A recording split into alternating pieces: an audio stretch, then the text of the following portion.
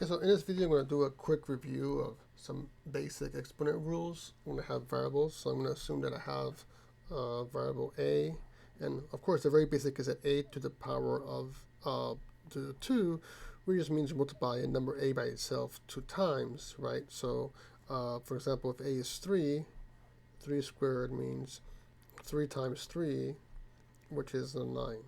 So that's a very basic what exponent means. So something that is immediate to clarify is that if I have two quantities multiplied a, b, and then I raise it to a power, what happens with that? Well, a simple way to think about it is if I have, for example, a composite number like 10 squared. Well, 10 squared is really, I can write it, I'm going to get an answer here. Of course, we know it's 100, right? 100, it's 10 times 10. But if I see it like a 2 times 5 inside a parentheses, which is squared, notice that I could have done also 2 squared times 5 squared, because that would have been 4 times 25, which also gives me 100. So basically, if you think about it here, if I have ab to the n, my rule is that if this would mean a times b, the quantity times b, multiplied by itself n times, right? So when you do this, I could have done it also like put all the a's together first, and then all the b later, right? I mean, when you multiply numbers, it doesn't matter, they're associative. So basically, I could swap the order of the a and the b and put all the a's in front, and these are n a's, and these are n b's. So of course you get, it's a to the n, b to the n. So this is going to be called my first property that I'm going to write here. I'm going to write it over here on this corner. I'm going to write my first property is that a b to the power of n is a to the power n times b to the power of n. So kind of like a distributive law for the exponents. Okay, now the second thing I want to explore is what happens if I have the same quantity but multiply with different powers.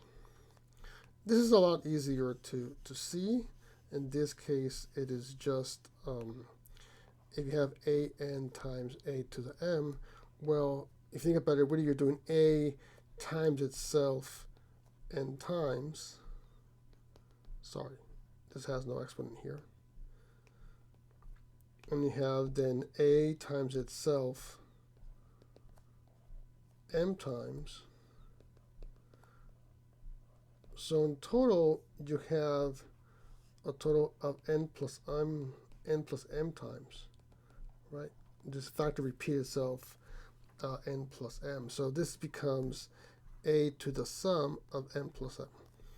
Now what I'm thinking about, of course, is we have 3 squared times 3, then becomes 3 to the third power. Important thing is if you don't have a power written explicitly, it means it's a power of 1.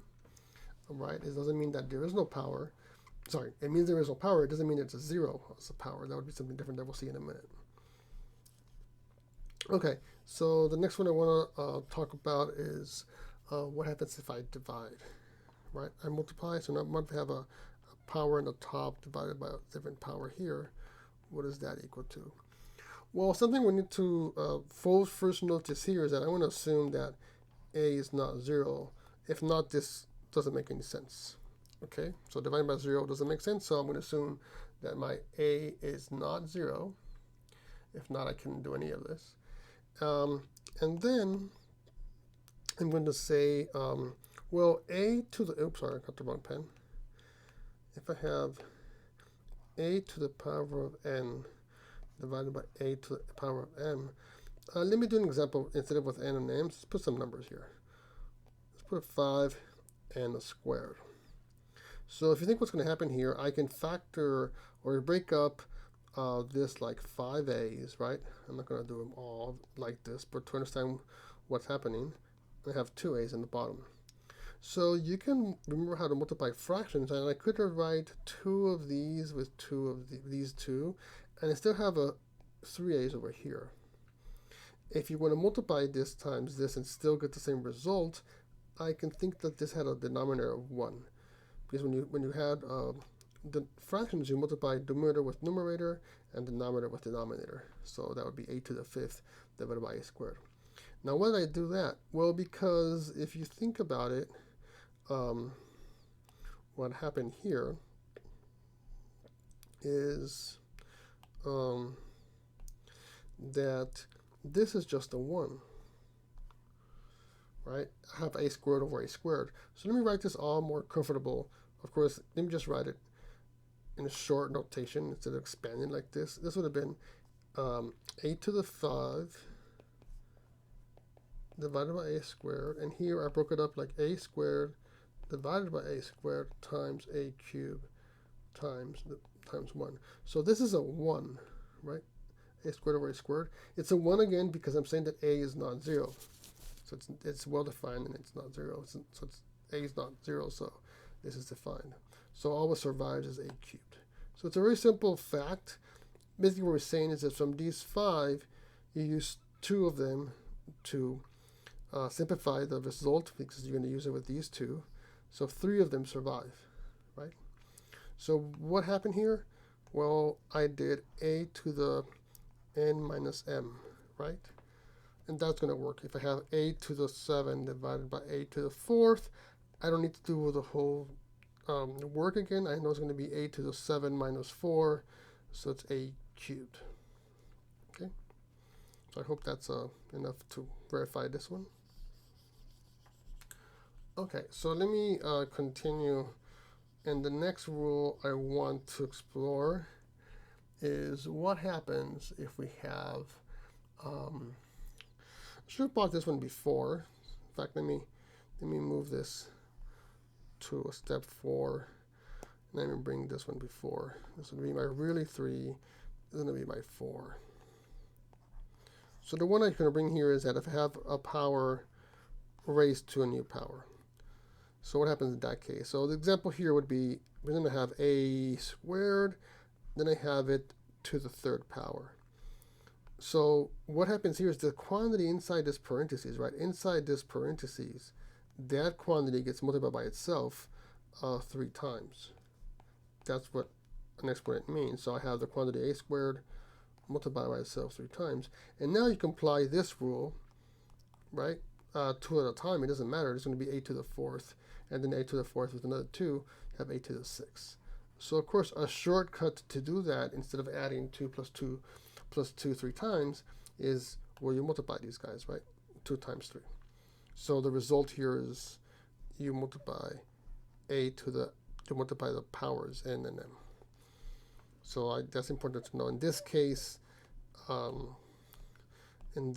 you add the powers.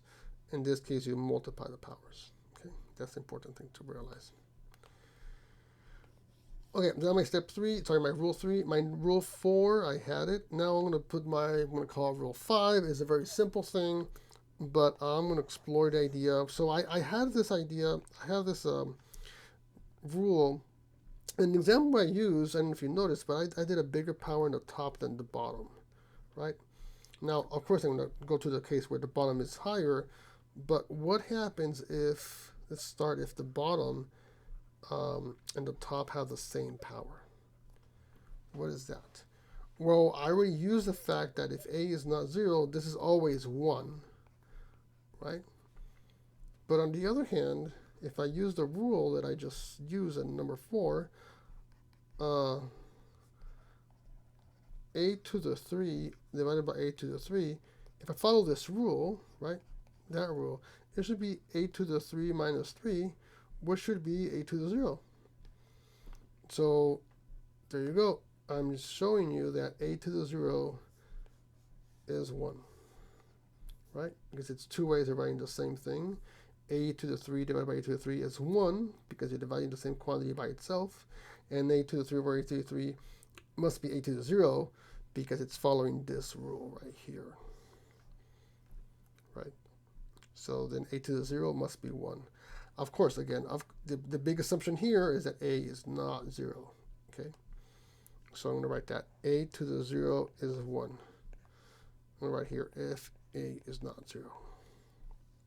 Okay, and my last one, the one that I kind of give a little insight to that, is that if I have something to a power divided by a power, but now the biggest power is in the bottom. So if I follow the same rule as before, if I follow the expansion, I can have a to the 5 here, but now I have an extras in the bottom. So it looks like this. So again, if I remember how to multiply fractions, this becomes a to the 5 divided by a to the 5. And then I can write like 1 over a to the 3. That's important that it's in the denominator, right? So remember, when you multiply fractions, you multiply numerator with numerator and denominator with denominator. So this will give me the same result as here, right? And that's the same result as this. Okay, but then I'll have a to the 5 over 5, which we've been using. If you divide a number by itself, you get a 1. This is just a 1 that I can just disappear, because 1 times the next part is just the other part, right? It's 1 over a to the 3. So that's what I get by using the simplification, oops, sorry about that.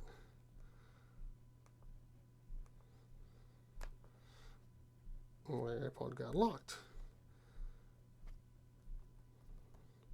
Okay, sorry about that. And then what I need to do now is, where was I? Oh yeah, so now what I need to do, so on one hand I got 1 over a to the 3, but on the other hand, if I follow this same rule, okay, the rule that I've been using here, that one that I discovered a few minutes ago, it should have a to the 5 minus 8.